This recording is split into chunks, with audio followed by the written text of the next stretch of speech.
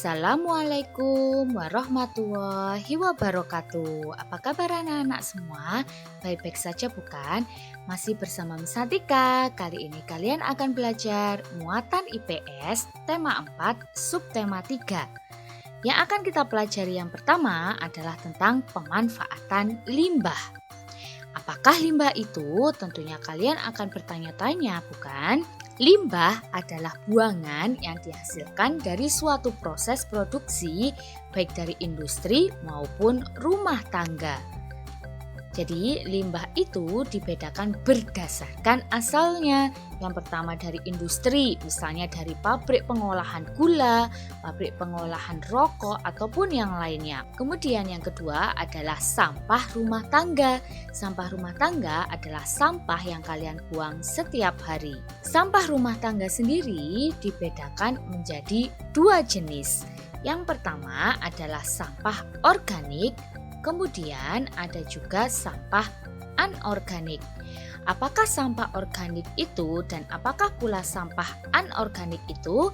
Mari kita pelajari bersama-sama melalui penjelasan berikut ini. Ada sampah organik, yaitu sampah yang berasal dari sisa makhluk hidup dan dapat terurai tanpa bantuan manusia. Contohnya adalah sayuran, kemudian sampah buah-buahan, daun kering, kotoran hewan, dan lain-lain.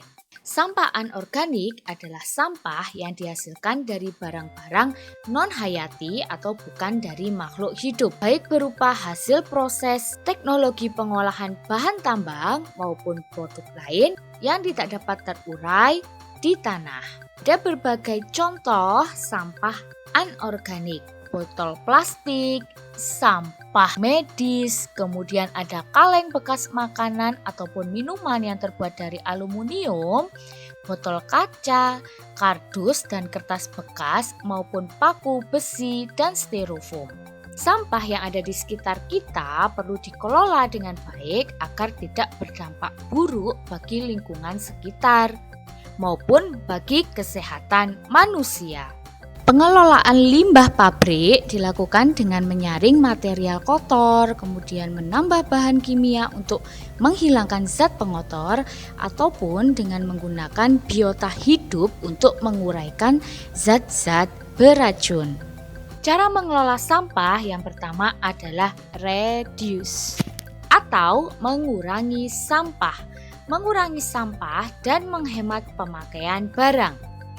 Contohnya adalah saat belanja di kantin, jika memungkinkan kita tidak usah memakai tas. Kedua adalah reuse atau pemanfaatan ulang, yaitu upaya untuk menggunakan kembali sampah secara langsung. Contohnya seperti menggunakan botol isi ulang. Kedua, menggunakan balik kertas yang masih kosong. Yang ketiga, memanfaatkan kertas bekas untuk amplop. Yang keempat, memanfaatkan kaleng bekas untuk pot bunga. Yang kelima, memanfaatkan sisa makanan ataupun sayur untuk makanan ternak atau ikan. Kemudian yang ketiga adalah recycle atau daur ulang, yaitu mendaur ulang barang yang bisa didaur ulang. Yang pertama, kita bisa mengolah sampah kertas menjadi kertas daur ulang ataupun kerajinan. Yang kedua, mengolah bungkus bekas menjadi aneka kerajinan. Yang ketiga, mengolah gabus styrofoam menjadi batako ataupun pot bunga. Yang keempat, mengolah sampah organik menjadi kompos. Yang keempat adalah replace, yaitu mengganti. Yang dimaksud replace adalah mengganti barang yang kita gunakan dengan barang yang ramah lingkungan. Contohnya mengganti kantong plastik biasa dengan kantong plastik yang biodegradable, sehingga lebih ramah lingkungan karena plastik tersebut lebih cepat terurai. Kita juga bisa mengganti kantong plastik dengan tas kain, perca, ataupun yang lainnya.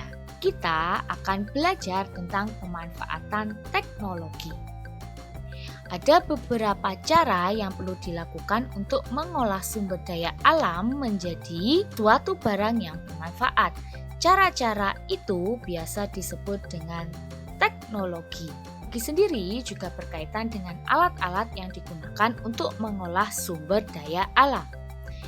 Pembuatan barang memerlukan teknologi yang berbeda-beda. Teknologi ada yang sederhana dan juga ada yang rumit atau teknologi canggih dan teknologi modern.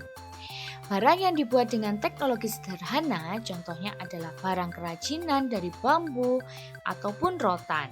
Adapun barang yang dibuat dengan teknologi rumit atau teknologi yang canggih contohnya adalah pembuatan kain, kertas, kapas, kayu, dan lain-lain. Perkembangan teknologi dapat digunakan untuk memanfaatkan sumber daya alam yang ada di lingkungan kita, sehingga sumber daya alam tersebut bermanfaat dan tepat guna untuk memenuhi kebutuhan hidup manusia. Yang pertama, kita akan belajar teknologi untuk sumber daya alam pertanian. Bidang pertanian telah menghasilkan berbagai keperluan manusia seperti makanan pokok, sayur-sayuran, buah-buahan, obat-obatan, dan pakaian. Manusia memanfaatkan teknologi dalam pengolahan tanah dan mengolah hasil pertanian. Misalnya, yang kedua adalah teknologi untuk sumber daya alam laut. Sumber daya alam laut di Indonesia sangatlah banyak sebanding dengan luas lautan di Indonesia yang sangat luas.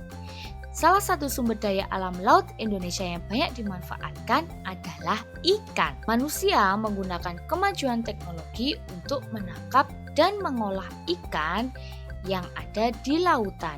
Salah satu pekerjaan yang memanfaatkan teknologi adalah nelayan. Saat ini para nelayan sudah menggunakan kapal yang dilengkapi dengan GPS untuk melacak keberadaan ikan. GPS merupakan salah satu bentuk teknologi canggih atau teknologi modern. Untuk meningkatkan hasil tangkapan, ada nelayan yang menggunakan bom atau pukat harimau. Saat ini, kedua peralatan tersebut sudah dilarang penggunaannya karena dapat menimbulkan dampak negatif terhadap lingkungan. Misalnya, dapat merusak terumbu karang. Oleh karena itu, para nelayan sebaiknya memperhatikan hal-hal berikut supaya keseimbangan alam tetap terjaga. Yang pertama, tidak menangkap ikan secara besar-besaran. Yang kedua, tidak menggunakan bahan peledak ataupun racun. Ketiga, tidak menggunakan pukat harimau.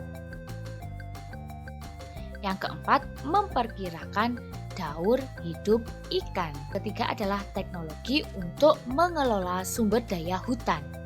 Hutan merupakan tanah yang luas dan banyak ditumbuhi oleh pepohonan.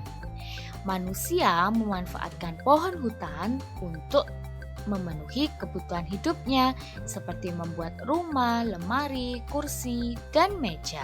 Perkembangan teknologi dimanfaatkan untuk mengolah kayu ataupun pohon menjadi benda-benda yang tepat guna yang tadi sudah disebutkan. Yang keempat, teknologi untuk sumber daya alam bahan galian. Bahan galian merupakan bahan dari alam yang didapat dengan cara menggali. Hasilnya berupa tanah, pasir, batu kapur, batu, dan lainnya. Bahan-bahan tersebut sebagian besar digunakan untuk membuat bangunan ataupun rumah. Nah anak-anak, alhamdulillah kalian sudah belajar tentang pengelolaan atau pemanfaatan limbah dan penggunaan teknologi untuk mengelola sumber daya alam. Terima kasih sudah menyaksikan video ini sampai selesai. Semoga bermanfaat untuk kalian semua. Santika akhiri, wassalamualaikum warahmatullahi wabarakatuh.